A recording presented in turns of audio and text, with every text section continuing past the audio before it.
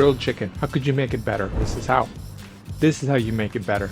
Direct grilling it the entire time is a surefire way to improve your grilling. Grilling chicken indirectly is an easy way to cook chicken, but cooking it directly over the fire, although it has its challenges, it's going to be worth the extra effort. And in this video, I'm going to show you how to do it. First, let's season it with chicken thighs. Now you can cook chicken breasts or wings or legs if you want it. I just prefer chicken thighs.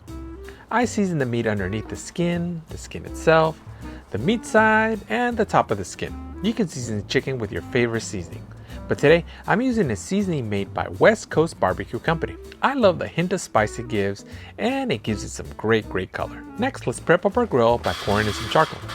I'm using the Slow and Sear Travel Kettle. Affiliate link down in the description. When cooking indirectly, you put your lit charcoal off to the side like so, creating a hot zone and a cool zone. You place your chicken on the cool zone, cover, and you start cooking.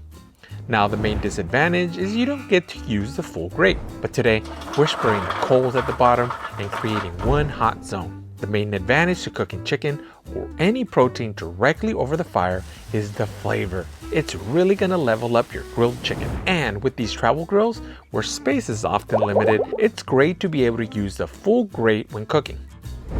You'll want to bundle up your charcoal and then light it. I'm using paper towels drenched in cooking oil to light up these two stacks. If you don't have starters or a charcoal chimney, this is an excellent way to light up some charcoal. Once lit and ashed over, let's spread these coals across our charcoal grate. Spray our cooking grate with some oil and then place it over our coals. First thing we want to do is close down the vents about halfway. Next, I'm going to place in the chicken thighs, skin down. Do not let grilling chicken intimidate you. Don't let grilling in general intimidate you. Do it. Learn how to do it. Follow these steps. I guarantee you, you are going to be making some delicious chicken. And the flavor that you're going to get from direct grilling, it's going to be out of this world. Now this lid is going to be your safety. Just in case you get flare-ups, you're going to want to close the lid. You just got to give it time for it to establish or stabilize its temperatures. It's really important not to leave these unattended. There's a lot of fat on those chicken thighs. You're going to get a lot of flare-ups. You want to keep flipping. You want to keep rotating. Otherwise, the chicken is going to burn up on you. As you can see by the lid thermometer, temperatures did go down. You don't want to go too long without flipping and rotating your meat. So I'll go ahead and do that right now.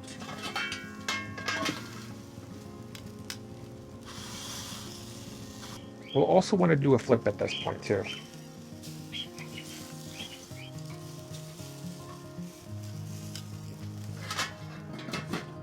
Besides rotating the grate, also don't be afraid of rotating the lid too. This way the heat goes there. It's a different path. It's taking a different path. Check on it again. There's nothing to it. Everything seems to be well. Anytime you open the lid, really study your coals down there. One of the main problems that happen is if you open and close the lid too much or you're messing around too much with the vents, your coals will be extinguished and it's going to be very hard for you to complete this cook. I actually had room for maybe another 4 or 5 pieces of chicken here. I'm not using the whole grate, but this is just an example cook here of what you could do. So as you can see now, using the entire grate, it opens up the possibilities where you could cook a lot of food. Then I'll try this. And let's pay attention to this temperature.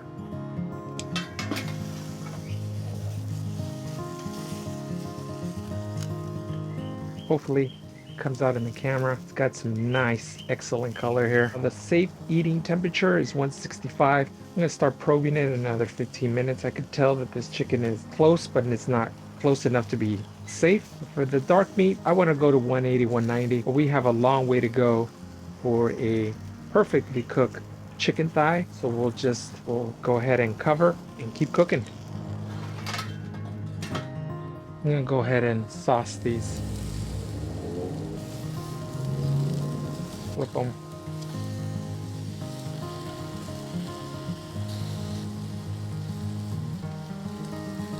Let's temp the thicker piece. See how we're doing. 160, 170, 178, 185. They're all done except for this one. But also, get yourself one of these. When you're cooking chicken, it's going to be at a safe eating temperature each and every time. Doesn't have to be this brand.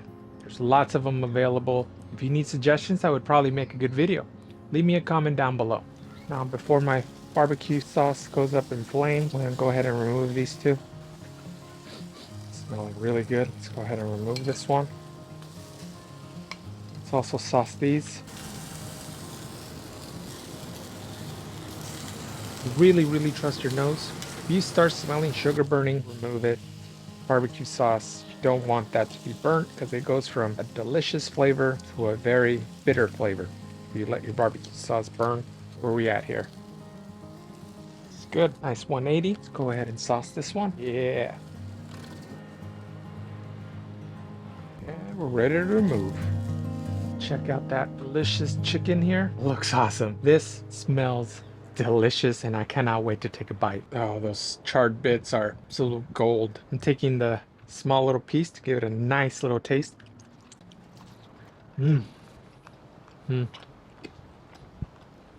Wow. Those charred bits are my favorite part. That was amazing. No denying that. That was excellent. Barbecue sauce is completely optional. I know a lot of the times I don't want to put any barbecue sauce on my chicken, but in this case, I am very glad I did. So, till the next time, please leave me a comment, give me a like, give me a subscribe, check out this following video, and I'll see you on the next one. I'm gonna eat more of this chicken.